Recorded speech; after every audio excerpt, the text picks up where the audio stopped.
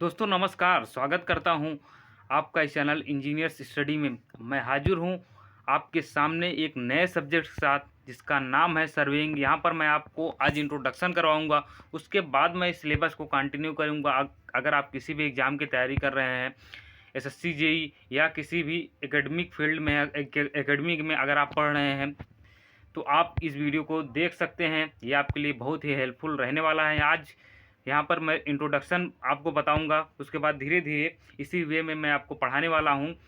तो यहाँ पर मैं टॉपिक को डिस्कस करूँगा, मैं आखिर आपको क्या क्या चीज़ें इसमें सर्वे में क्या क्या चीज़ें आती हैं, क्या क्या मैं आपको पढ़ाने वाला हूँ। आप उस सिलेबस के अकॉर्डिंग, जो लोग एकेडमिक में हैं वो अपने सिलेबस के अकॉर्डिंग इसे चीज़ों को पढ़ लीजिएगा। जो कंपटीशन में है तो उनके लिए सारी चीज़ें इंपॉर्टेंट है, क्योंकि ये कंपटीशन के बेस पर ही मैं बताने वाला हूँ। तो इसकी पीडीएफ आपको इंजीनियर स्टडी के टेलीग्राम चैनल पर मिल जाएगी, वहाँ से जाकर आप इसे डाउनलोड कर लीजिएगा। तो पहला जो टॉपिक हमारा है वो introduction to survey and basic principle. तो यहाँ पर इंट्रोडक्शन मैं आपको आज स्टार्ट करने वाला हूँ। सेकंड चैप्टर मैं पढ़ाऊँगा linear measurement, accuracy and error. Third chapter जो है चैन सर्वे का है, और उसके बाद यहाँ पर नेक्स्ट चैप्टर जो है कंपास है, उसके बाद ट्रावर्सिंग है, लेवलिंग है, कंटूर है। उसके बाद ऐसे ही बढ़ते जाएंगे, tacheometer, plane table, curve, theodolite, minor instrument. इतनी चीज़ें मैं आपको पढ़ाने वाला हूँ। यहाँ पर जितने भी चीज़ें हैं, जितने भी टॉपिक हैं, सारे के सारे इंपॉर्टेंट है।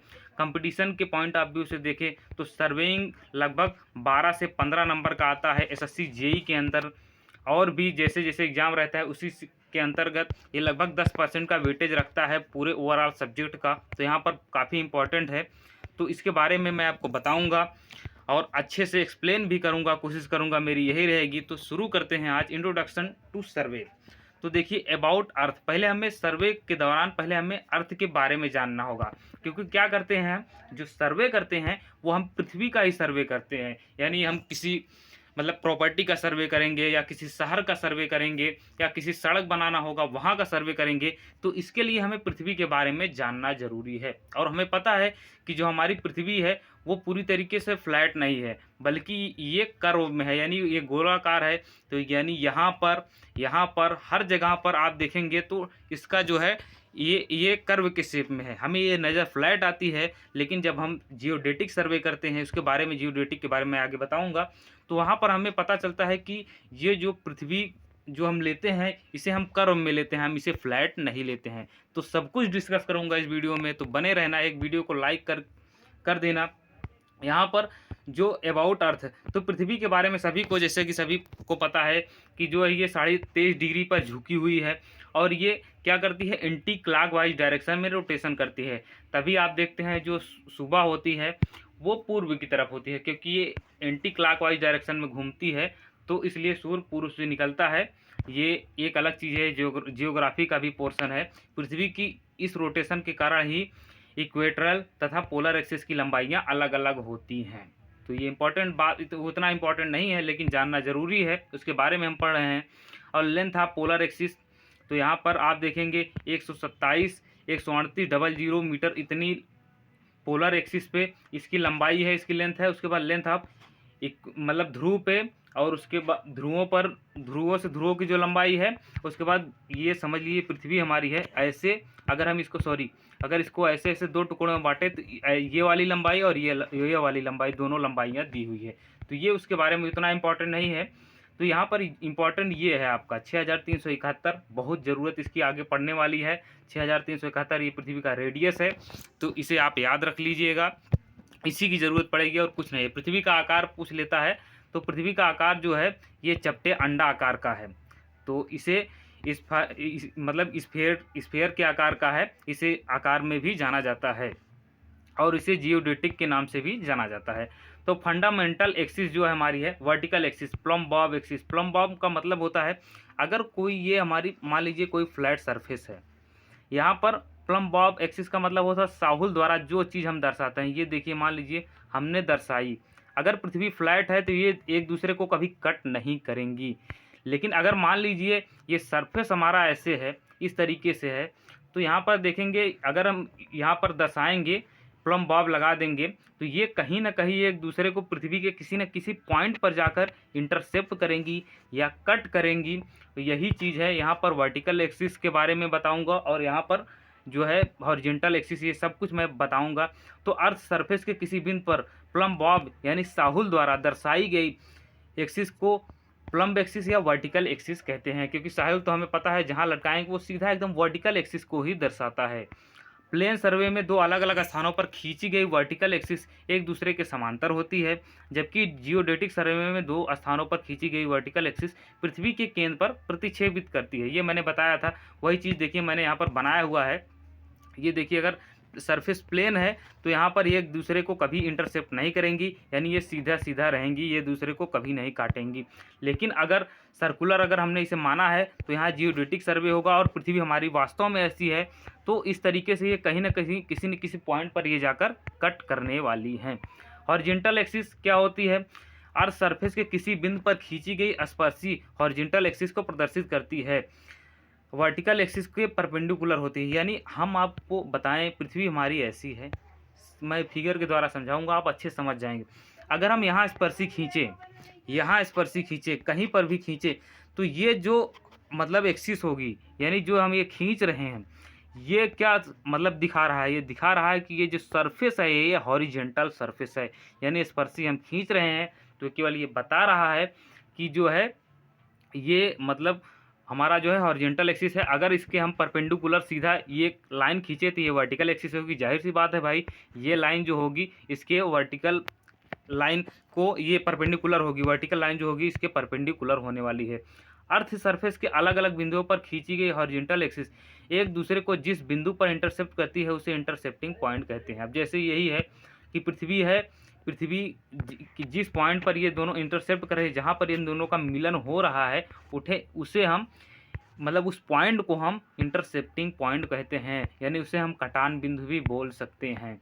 लेवल सरफेस पृथ्वी की सतह पर बनाया गया वह तल जिसमें स्थित प्रत्येक बिंदु की केंद्र से दूरी समान हो उसे लेवल सरफेस कहते हैं। मान लीजिए ये हमारी पृथ्वी है, हमने इसको ऊपर एक गिलास पानी रख दिया, इसके ऊपर हमने एक गिलास पानी रख दिया, तो यहाँ पर क्या होगा, ये पानी का लेवल जो है हमेशा बराबर होगा। लेकिन ये पृथ्वी है, यहाँ पर कोई और चीज़ रखी हुई है और ये पृथ्वी का केंद्र है। मान लीजिए यहाँ से इसकी दूरी अलग होगी और हो सकता है यहाँ पर कोई गड्ढा हो तो यहाँ से इसकी दूरी अलग होगी, लेकिन गड्ढे में पानी अगर भरा होगा इसका लेवल बराबर हो। इसी को मैं रिलेट करके समझा रहा हूँ कि अगर यहाँ पर पानी भरा है तो इसका लेवल बराबर होगा हर जगह का। यहाँ पर इसका पानी का लेवल हर जगह बराबर होगा, तो यहाँ से पृथ्वी की दूरी हर जगह क्या है, समान है कि नहीं भाई? मतलब जो भी है R1 R2 जो भी है 7000 या 6000 जो भी जितने भी मीटर है, यानी हर जगह हर पॉइंट पर समान है। तो यहाँ पर पृथ्वी से दूरी समान है। उसके बाद पृथ्वी की सतह पर किन्हीं दो बिंदुओं के बीच चली गई दूरी को लेवल डिस्टेंस कहते हैं, जबकि नक्शे पर दो बिंदुओं के बीच की दूरी को हॉरिजॉन्टल डिस्टेंस कहते हैं। तो यहाँ पर वही चीज़ देख लीजिए, ये लेवल डिस्टेंस है, यानी यहाँ से यहाँ तक की दूरी को हॉरिजॉन्टल डिस्टेंस कहते हैं। और यहाँ से यहाँ तक जब हम आए, यहाँ खड़े हुए, तो ये एक लेवल डिस्टेंस हो जाएगा। यहाँ मान लीजिए 2 मीटर था, यहाँ 3 मीटर हो गया कि नहीं, तो ये क्या है, ये हॉरिजॉन्टल डिस्टेंस हो गया। तो ये चीज़ें हैं वर्टिकल डिस्टेंस, बल्कि 19 वर्षों की टाइड्स की औसत ऊंचाई। यानी हम एक प्रॉब्लम आ रही थी कि आखिर हम क्या रेफरेंस ऐसा माने, आखिर हमने क्या रेफरेंस ऐसा मान लें कि पृथ्वी से दूरी हर जगह समान हो। यानी ऐसा तो है नहीं कि हमने तो कहा भाई हमारे घर से आप नाप लीजिए, यही पृथ्वी से जो है ऊंचाई हर जगह बराबर होगी। लेकिन क्या था, ऐसा तो कोई रेफरेंस नहीं था, तो हमें रेफरेंस मानना था। तो वो क्या है, वो समुद्र था, वो समुद्र था। तो समुद्र से हर जगह देखेंगे पानी का लेवल हर जगह मैंने आपको बताया बराबर होता है। तो यहाँ इस तरीके से मान लीजिए कोई समुद्र है, तो यहाँ से पृथ्वी की दूरी हर जगह बराबर है। यानी जो हिमालय की चोटी है वो आपके घर से नहीं है कि उसकी ऊंचाई 8800 जितने भी मीटर है, वो समुद्र तल से 8000 मीटर ऊंचाई पर स्थित है। तो यहाँ पर ये चीज़ इंपॉर्टेंट थी। तो यहाँ पर 19 वर्षों तक इन्होंने रीडिंग ली, 19 वर्षों का एवरेज निकाला, 19 वर्षों तक का एवरेज निकाला। उसके बाद बताया कि जो मीन सी लेवल है वो 0 इतने पर है, इस जगह पर है। तो यहाँ पर मीन सी लेवल इसी को कहा जाता है। 19 वर्षों की साइंटिस्टों की मेहनत है, वहाँ पर यही चीज़ बताया गया कि भैया ये जो है ये समुद्र का तल अब बराबर है, यानी औसत ली है। क्योंकि समुद्र में अलग अलग लहरें, भैया आप 1 घंटे बाद जाएंगे तो दूसरी लहर ऊंचाई दूसरी ऊंचाई तक जाएगी, फिर दूसरी, क्योंकि समुद्र तो स्थिर है नहीं, वहाँ पर हमेशा लहरें हैं। तो 19 वर्षों तक रीडिंग ली गई, रीडिंग से डिवाइड किया गया, उसका एवरेज निकाला गया, तब मीन सी लेवल निकाला गया है। तो ये बहुत इंपॉर्टेंट चीज़ है और इसे रिड्यूस लेवल भी कहा जाता है, ये इंपॉर्टेंट चीज़ है। देहरादून को सर्वे ऑफ इंडिया का हेड क्वार्टर बनाया गया है, ये बहुत इंपॉर्टेंट चीज़ है, ये क्वेश्चन कई बार एग्जाम में पूछा गया है। तो यहाँ पर recognition survey, chain survey, compass survey, plane table survey, theodolite tacheometer, ये इसका जो है सीक्वेंस है, इस तरीके से हम सर्वे करते हैं। प्लेन सर्वे वह सर्वेक्षण जिसमें माप के दौरान पृथ्वी की त्रिज्या को ध्यान नहीं रहा। मैंने पहले ही बताया कि प्लेन सर्वे क्या है, पृथ्वी को फ्लैट मान लिया और ये क्या है, ये यहाँ पर एक दूसरे को देखेंगे तो ये और ये एक दूसरे को कट नहीं कर रहे हैं, इसे प्लेन सर्वे कहते हैं। और नेक्स्ट जो है हमारा जियोडेटिक सर्वे है।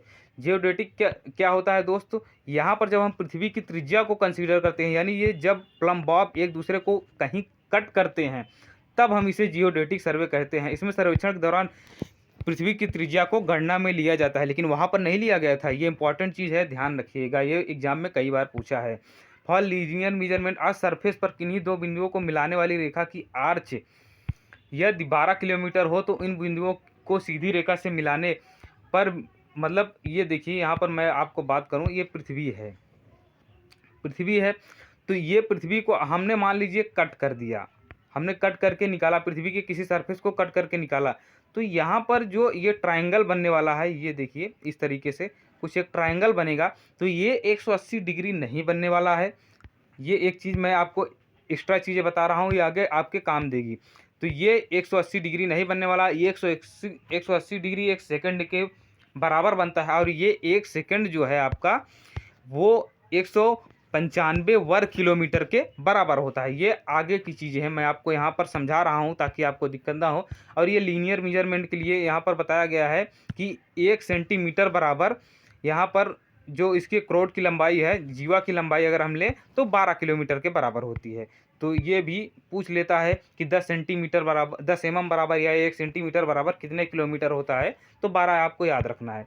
अर्थ सरफेस के किन्हीं तीन बिंदुओं को, यही चीज़ मैं आपको बता रहा था कि 1 सेकंड बराबर 195 वर्ग किलोमीटर होता है। और एग्ज़ाम में हमेशा 260 सही करता है, पता नहीं किस बात की दुश्मनी है, हर एग्ज़ाम में, ज़्यादातर एग्ज़ाम में आपको 260 किलोमीटर स्क्वायर मिलेगा, ऑप्शन में यही है, आपको यही सही करना है। और क्या रहता है कि अगर पहले आपको देखना है 195, अगर 195 मिल गया तो सही करना यही है, नहीं है तो 260 आपको सही करना है, और नहीं करना है नहीं तो गलत हो जाएगा। एग्जाम वाले यही देते हैं, सस्सी भी यही देता है। फॉर लीनियर मेजरमेंट, तो यहाँ पर आप देखेंगे तो ये जो 1 सेंटीमीटर वाला मामला है, तो यहाँ पर ये देखेंगे इस तरीके से है, ये हमारी पृथ्वी है, ये कुछ इस तरीके से मान लीजिए भैया, ये सरफेस इसका बराबर तो है नहीं, गोलाकार है, तो इसको अगर हमने इस तरीके से हॉरिजॉन्टल माना तो जो ये इसके बीच में जो डिफरेंस आएगा वही 1 सेंटीमीटर बराबर 12 किलोमीटर के बराबर आएगा। तो यही चीज़ है, यहाँ पर वही चीज़ मैंने जो आपको बताया था, डिफरेंस 1 सेकंड के बराबर होता है, तो वही फिगर बना के यहाँ पर समझाया गया है। सिटी सर्वे क्या होता है, यानी किसी शहर की मूलभूत आवश्यकताओं के लिए, जैसे रोड कनेक्टिविटी, ये सब देने के लिए हम सिटी सर्वे कहते हैं। कैडेस्ट्रॉल सर्वे क्या होता है, to define to property line, यानी किसी संपत्ति का, अगर हम किसी देश, मतलब मान लीजिए किसी देश की सीमाओं का निर्धारण करना हो, तब हम क्या करते, सॉरी यहाँ पर किसी संपत्ति का, सॉरी यहाँ पर कैडेस्ट्रॉल सर्वे हो तो किसी संपत्ति का जो है निर्धारण करने के लिए, मान लीजिए यहाँ पर हम कैडेस्ट्रॉल सर्वे कहते हैं, जैसे ज़मीन जायदाद का बंटवारा होगा यहाँ पर। टोपोग्राफी, किसी क्षेत्र का जनरल टोपोग्राफी, यानी हमने हेलीकॉप्टर से फ़ोटो खींच ली, वही समझिए वही चीज़ है, वो सर्वे बोला जाता है। अगला है मरीन सर्वे। मरीन सर्वे में समुद्र के भीतर जलीय गतिविधियों के अध्ययन के लिए हाइग्रोस्कोपिक सर्वे, हाइड्रोग्राफिक सर्वे किया जाता है। समुद्र की गहराई का मापन भी इसके द्वारा किया जाता है। तो मरीन सर्वे नाम से ही आप रिलेट करिएगा। एस्ट्रोनॉमी क्या है, खगोलीय सर्वे, यानी तारों की स्थिति, सूर्य का अध्ययन, ये सब जो करते हैं एस्ट्रोनॉमी सर्वे है। माइन सर्वे, हमें पता है खनिजों की उपलब्धता के लिए, यानी हम देखें सोना चांदी कुछ तो है नहीं पृथ्वी के अंदर, तो हम माइन सर्वे करते हैं। आर्कियोलॉजिकल सर्वे, यानी पुरातत्व, नाम से याद रखिएगा, याद रहेगा, कोई रटने की ज़रूरत नहीं है इसमें। इसमें प्राचीन परंपराओं द्वारा जीवाश्मों का अध्ययन किया जाता है, जो जैसे मान लीजिए कोई भी चीज़ है, किला हो गया, कोई ऐसी चीज़ जो पृथ्वी के अंदर से भी निकलती हैं, तो उसका पुरातत्व सर्वेक्षण किया जाता है। उसके बाद मिलिट्री सर्वे, सैन्य गतिविधियों के लिए, सेना के लिए जो भी चीज़ बनानी होगी, मान लीजिए हमने कोई बंकर बनाना है, ऐसे कुछ बनाना है, तो यहाँ पर ये जो सर्वे, मिलिट्री सर्वे किया जाता है, हथियार रखने के लिए, इन सब सारी चीज़ों का अभ्यास करने के लिए बहुत सारी चीज़ें आएंगी। जियोलॉजिकल सर्वे क्या है, पृथ्वी के भीतर की आंतरिक गतिविधि, प्लेट वगैरह जो है, मैग्मा जो हम जानते हैं इन सब चीज़ों के बारे में, तो ये इसी के अंतर्गत आता है, जियोलॉजिकल सर्वे के अंतर्गत आता है। मेजरमेंट इन सर्वेइंग, सर्वेक्षण के द्वारा मुख्यतः दो प्रकार के सर्वे करते हैं, लीनियर मेजरमेंट, एंगुलर मेजरमेंट। एक तो हम क्या करते हैं, लंबाई को मापते हैं, एक तो हम क्या करते हैं, कोण को मापते हैं। दो चीज़ें यहाँ पर करते हैं, और या तो हम दोनों करते हैं, लीनियर और एंगुलर मेजरमेंट दोनों करते हैं। वो आगे हम करते हैं, वहाँ पर मैं आपको बताऊंगा कि क्या करते हैं, कैसे करते हैं, तो वो ये सब सारी चीज़ें आगे की हैं। हॉरिजॉन्टल डिस्टेंस, तो हॉरिजॉन्टल डिस्टेंस को हम किससे मापते हैं, चांद से, टेप से, टैकोमीटर, रेंज मास्टर, काफ़ी सारी चीज़ें। वर्टिकल डिस्टेंस चैन, टेप, इन सारी चीज़ों से मापते हैं। हॉरिजॉन्टल जो एंगल कंपास से मापते हैं, वर्टिकल एंगल थियोडोलाइट से मापते हैं। तो ये क्या इंस्ट्रूमेंट है जो मापते हैं, ये सारी चीज़ हम आगे देखने वाले हैं। यूनिट्स ऑफ मेजरमेंट, दो बिंदुओं के बीच की दूरी का अर्थ है, यानी हॉरिजॉन्टल डिस्टेंस से लिया जाता है। यानी इंडियन स्टैंडर्ड 1956 के अनुसार मीटर तथा सेंटीमीटर रेखीय मापन के लिए मापन की इकाई हैं। यदि ऊर्ध्वाधर में एक स्थान से दूसरे स्थान तक जाते हैं तो इसे लेवल डिस्टेंस कहते हैं। मान लीजिए पृथ्वी का सरफेस ऐसे है, आप यहाँ पर थे, अभी यहाँ पर पहुँच गए, तो इन दोनों के बीच में अभी तो यहाँ पर थे, तो यहाँ पर आप पहुँच गए, यानी ये कुछ ऊंचाई पर पहुँच गए, तो वही चीज़ यहाँ पर बता रहा है, तो इसे हम क्या कहते हैं, ये लेवल डिफरेंस है। यानी यहाँ पर मान लीजिए आप 2 मीटर गड्ढे में थे, अभी आप यहाँ पर लेवल समतल में पहुँच गए हैं। तो ये सारी चीज़ें हैं, यहाँ पर यही चीज़ें बता रहा है, नोट पॉइंट है, इंपॉर्टेंट है, एग्जाम वाला पूछ लेता है कभी कभार, तो ये चीज़ें इंपॉर्टेंट है। तो ये वीडियो आपको कैसा लगा, एक लाइक करके बताइएगा।